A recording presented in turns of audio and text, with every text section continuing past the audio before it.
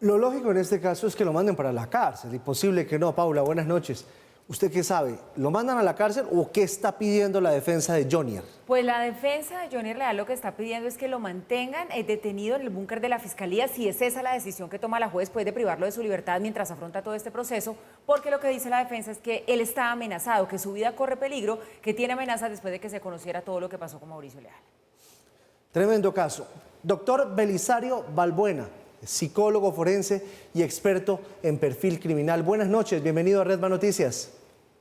Hola Giovanni, buenas noches para usted, todos los televidentes. Mil gracias por la invitación. Doctor Balbuena, muchos nos preguntamos qué pasa por la cabeza de un criminal como Jonier Leal. Bueno Giovanni, pues lastimosamente este es otro caso de parricidio que cada vez incluso son más comunes de lo que la gente cree. Aquí con la particularidad que él mismo es quien de forma maquiavélica, intencional, planea precisamente la ejecución del crimen, que lo quiere enmascarar bajo una situación de presunto suicidio, pero donde afortunadamente dejó, como muy bien lo dijo el fiscal, bastantes pruebas, porque el crimen perfecto no existe, dejó bastante evidencia en la escena del crimen, y esa evidencia, tanto biológica, esa evidencia grafológica, esa evidencia fílmica, se supo utilizar al punto que él no tuvo otra opción que admitir la autoría intelectual y material de los Sí. dos homicidios. Doctor Balbuena, pero esa conducta post-crimen que vimos en Johnny Leal, que salió a hablar con todos los medios de comunicación días después de lo sucedido, casi que parecía esto una gira de medios, ¿es típica, es común en una persona que comete un crimen como el que él cometió? No, no es común. Digamos que es propia de aquellos que tienen rasgos psicopáticos, es decir, de individuos que no sienten empatía, que no se vinculan, fíjese que ni siquiera con su propia familia, ni siquiera con su familia en primer grado de consanguinidad, como lo es su propia mamá. Él en realidad no sentía ningún respeto ni ningún amor por su mamá, mucho menos por su hermano. Por eso precisamente esgrimió todo este ritual criminal. Fíjense cómo la fiscalía ya tenía acervo probatorio para demostrar que él primero asesina a su propia madre y después, eh, más o menos 4 horas después, esgrime toda una serie de comportamientos de tortura hacia su propio hermano hasta que finalmente termina asesinándolo. Esto es muy psicopático, esto es de unos individuos que en realidad generan mucho dolor a su alrededor. Es cierto que no todos los psicópatas terminan siendo criminales, pero sí es cierto que los psicópatas o los perfiles psicopáticos generan mucho dolor a su alrededor.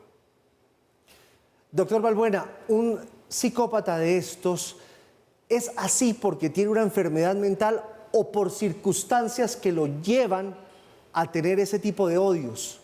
En otras palabras, ¿esto es una enfermedad o esto ya es una actitud preconcebida? Giovanni, es muy interesante su pregunta porque permite precisamente romper algunos mitos. La psicopatía no es como tal una enfermedad mental, es un trastorno, ¿sí? Digamos que los vademecums internacionales que utilizamos tanto psicólogos como psiquiatras, que son el DSM versión 5 y el CIE versión 10, lo aproximan a lo que se denomina trastorno antisocial de personalidad. Pero no es una enfermedad mental incapacitante, no es una enfermedad mental que impida comprender y autodeterminarse en relación con lo que se hace. Por eso él no cabría dentro de lo que jurídicamente podría denominarse un inimputable. Él lo planeó, él estaba consciente de lo que hacía, él lo ejecutó, él incluso de manera astuta trató de moldear la escena del crimen para que pareciera un suicidio y no un homicidio. Entonces, fíjese todo lo que hay alrededor de la conciencia criminal que tuvo este individuo al cometer precisamente los homicidios de sus familiares.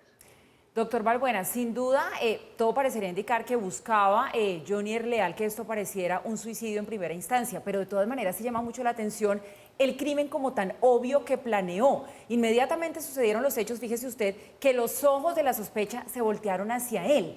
¿Por qué no planeó algo que pudiese como hacer confundir más a los investigadores? Formas de planear un crimen, pues digamos que hay muchas. Se fue por algo que en primer lugar lo dejaba a él como muy vulnerable ante todas las sospechas. No sé si eso tiene que ver, esa sevicia con la que planeó este crimen y con que la cometió, con ese odio que usted nos mencionaba ahora, que él sentía por su familia.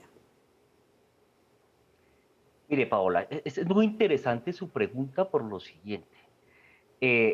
Primero, el crimen perfecto no existe. O sea, siempre hay formas de encontrar la evidencia en una escena del crimen. Eso es un principio universal que los criminólogos, los psicólogos forenses, los investigadores criminales denominamos principio de Lockhart, precisamente por su autor, que básicamente dice que en una escena, en el fragor de un comportamiento criminal, siempre hay algo que el criminal deja y algo que se lleva. Y esa evidencia puede ser biológica, comportamental, puede ser lofoscópica, es decir, de huellas que se quedan. Hay algo que queda ahí. El crimen perfecto no existe.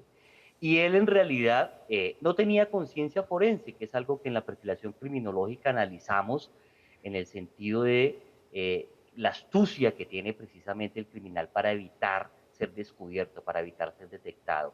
Él deja bastante evidencia comportamental, por ejemplo, al pretender que el ente investigador conciba, o quienes trabajamos en el ámbito forense, que los suicidios de a dos puedan existir. Es casi que inusual una situación como esas. Es inusual que alguien se suicide a cortes o a puñaladas sobre su humanidad. Es mucho más fácil utilizar otros métodos o mecanismos de alta letalidad.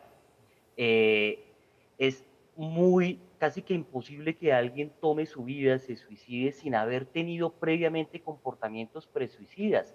Y resulta que ni la mamá de Mauricio ni él tenían esos comportamientos presuicidas. Ellos no habían abusado de drogas ni alcohol, ellos no estaban en una etapa depresiva, ellos no le habían anunciado a nadie que no querían vivir más, que estaban aburridos de la vida. Entonces todas estas situaciones fueron torpes en la comisión precisamente de Joyner Leal y le dan al ente investigador, le dan a los forenses precisamente los indicios no solamente conductuales, sino posteriormente biológicos, materiales, para tener todas las evidencias que el fiscal pudo mencionarle en la cara al mismo Joyner Leal. Doctor Balbuena, ¿por qué pasan esas cosas en Colombia? Y se lo pregunto porque aquí vemos muy seguido perfiles asesinos como este. Acuérdese lo de Rafael Uribe Noguera, el mayor asesino de niños en Colombia, ese monstruo de los Andes. Todos esos están acá. ¿Qué es lo que hace que en Colombia pasen esos casos tan seguidos? ¿El conflicto interno o es un tema de formación y educación desde la casa? Mire, Giovanni, los factores son múltiples, no podríamos atribuirlos a uno solo. Sí, lamentablemente la salud mental se está deteriorando, lamentablemente los problemas de salud mental pueden volverse pandémicos si en realidad no actuamos a tiempo, si no formamos en valores, en amor, si no evitamos situaciones de maltrato, de abandono, de abuso sexual, que tienen tantas consecuencias en la psiquis humana. No tiene solamente que ver con situaciones de pobreza, tiene que ver más con situaciones incluso de violencia vividas o vivenciadas a edad temprana, tiene que ver con aspectos neuropsicológicos, ¿sí? Algunos traumatismos recibidos a edad temprana pueden también tener consecuencias en el comportamiento y favorecer conducta criminal. Entonces son muchos, son variados. Lamentablemente los hemos tenido y lamentablemente también pues se han mostrado, han sido mediáticos y lo que preocupa es que no generan una situación de aprendizaje, de lección aprendida, sino que lastimosamente cada vez vamos a encontrar uno más aberrante, más perturbador. Doctor Balbuena, rápidamente me gustaría preguntarle por lo que dijo Johnny Leal cuando aceptó cargos. Entre todo lo que dijo que se comprometía a que jamás volvería a acontecer una situación de tal magnitud. ¿Qué interpretar de esas palabras? ¿Allí realmente hay arrepentimiento? ¿Esta persona es consciente de la gravedad de lo que hizo? Muy interesante su pregunta, Paula, y mi interpretación profesional es la siguiente. Esto es solamente, o fue, otra estrategia de Joyner Leal. Él sabía que el acervo probatorio que le mencionó la fiscalía, porque ni siquiera se lo exhibió, no se lo mostró, tan solo se lo mencionó, era tan contundente para darle la máxima pena.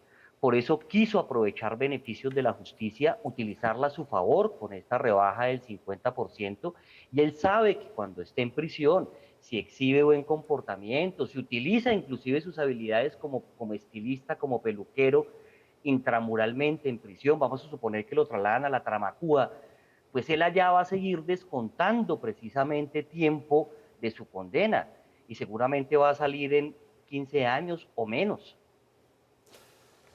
Ay, las cosas de la justicia colombiana. Doctor Belisario Balbuena, psicólogo forense y experto en perfil criminal, muchas gracias por sus apreciaciones. Gracias por estar con nosotros esta noche en Redman Noticias. A ustedes, feliz noche.